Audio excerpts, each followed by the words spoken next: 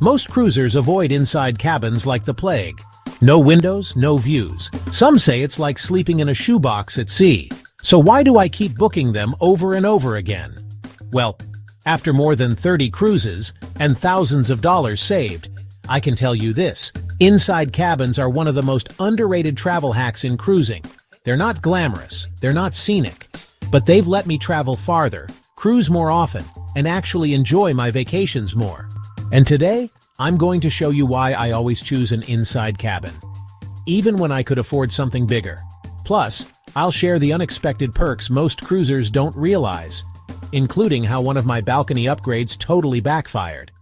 Let's get into it. Let me be brutally honest. I wouldn't be able to cruise half as much if I didn't choose inside cabins. These rooms have saved me thousands of dollars, and I'm not exaggerating. While everyone else is overpaying for ocean views and balconies they barely use, I'm stretching my budget and going on twice as many cruises. One time, I compared two identical sailings. Same ship, same itinerary. The inside cabin, $900 cheaper. That's an entire Caribbean shore excursion package, flight upgrade, and drink package. All covered by what I didn't spend on a view I'd barely be in the room to see. And here's the real trick no one talks about. Book early, then reprice often. Cruise prices can drop weeks before departure, and if you haven't hit final payment, you can usually rebook at the lower rate. It's how I've saved hundreds of dollars mid-booking, sometimes without lifting a finger. Most people don't realize this, but inside cabins aren't a downgrade. They're a strategy. This might sound crazy, but inside cabins are actually some of the quietest places on the entire cruise ship. Yeah, the rooms people say are cramped and claustrophobic, they're also the only place where you can actually escape the noise. See, on one cruise, I stayed in a promenade view room, a window cabin that looked out over the ship's interior boardwalk. It sounded fun on paper, until midnight karaoke started echoing through the walls. Kids were screaming, glasses clinking. The hallway lights never dimmed. We barely slept. But the next cruise, I went back to my trusty inside cabin. No windows, no noise, no distractions, just pure silence and the darkest sleep I've had in years. And here's the trick. If you book an inside room that's sandwiched between other cabins, away from the theater, elevators, or nightclubs, it becomes your own personal sleep sanctuary. No footsteps above you, no bass thumping from the nightclub, just you, your pillow, and blackout-level silence. I didn't realize how much I valued peace until I finally got it. This might be the biggest surprise of all. Inside cabins, the cheapest rooms on the ship, actually give you the best sleep you'll ever have on vacation. No balcony, no window, no sunlight, and that's exactly why they work. One cruise, I stayed in a balcony cabin facing the ocean. Gorgeous view. But every single morning, the sun came blasting through the curtains at 6 a.m. like a spotlight. I couldn't sleep in, even when I wanted to. The next cruise, I went back to my usual inside cabin, and it was a total game changer. I slept 9 hours straight. No alarms, no light leaks, no interruptions, just pure, uninterrupted blackout.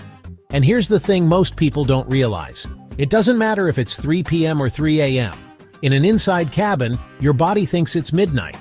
That means instant naps, deeper sleep, and more energy for your actual vacation. On port-heavy cruises, when you're waking up early and walking 10,000 steps a day, that kind of rest is everything. You didn't come on vacation to wake up tired. You came to feel amazing. And ironically, the room that helps you do that is the one most people overlook. You might think an inside cabin is cramped, awkward, and barely livable. But here's the truth.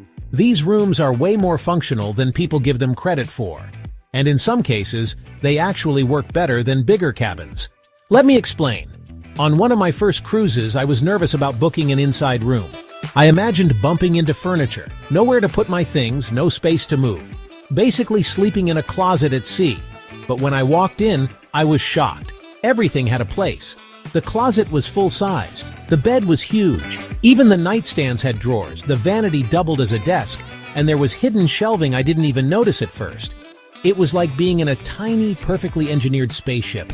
Compact but efficient, and way more comfortable than I expected. And here's what no one tells you. Cruise lines know these rooms are small, so they've designed them down to the centimeter. You're not just getting a cheaper cabin, you're getting a space that's been optimized for actual travelers. So unless you're planning to stay in your cabin all day, which, let's be honest, you won't feel like you're missing anything. In fact, you might start wondering, why were you paying more for space you never used? Let's be honest.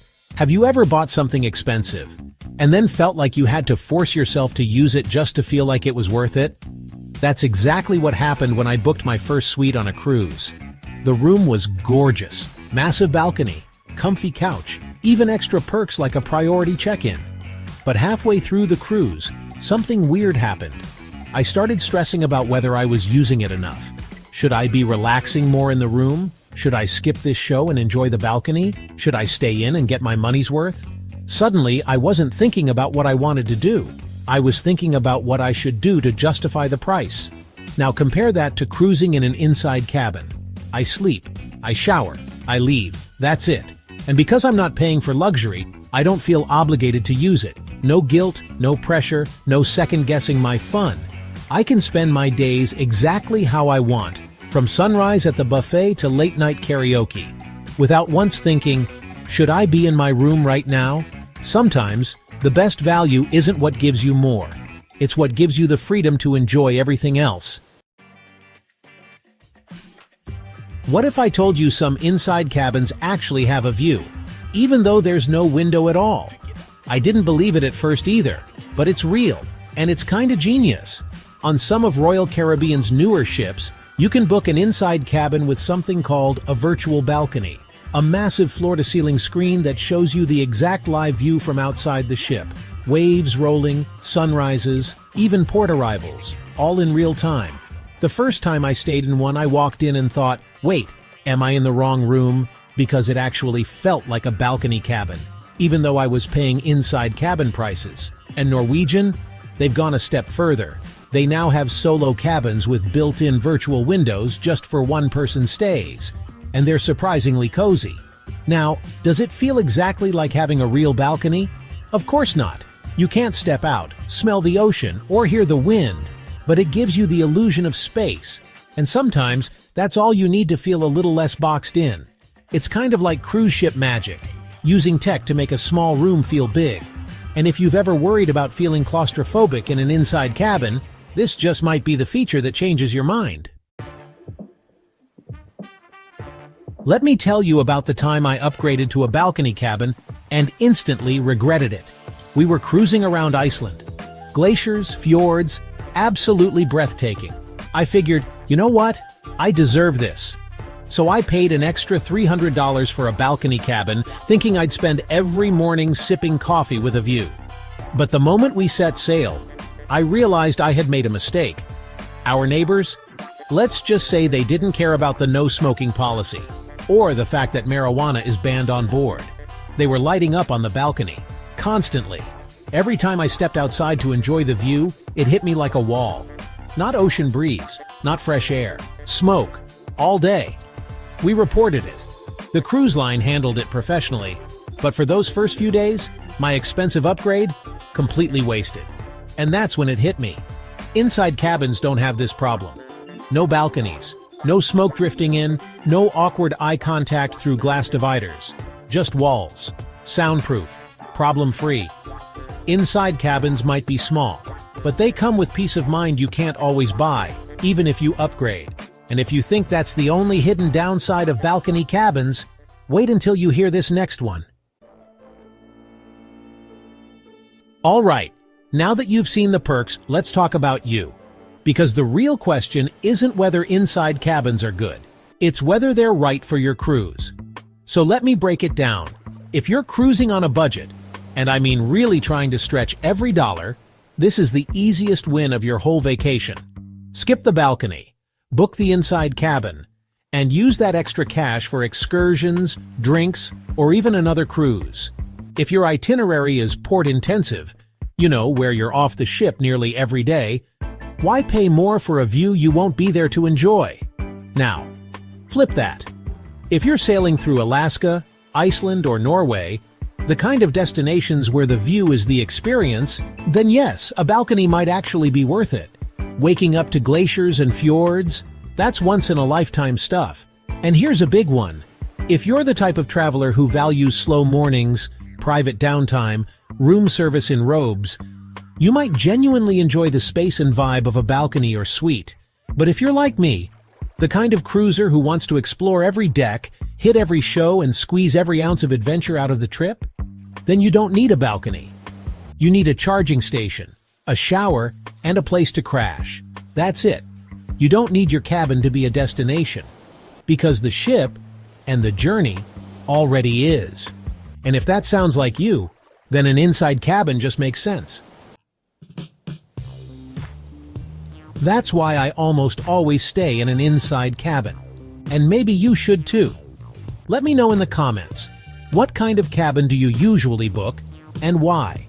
And if you enjoyed this video, don't forget to like, subscribe, and tap the bell, so you never miss a new tip from Cruise Blog. Thanks for watching, and happy cruising!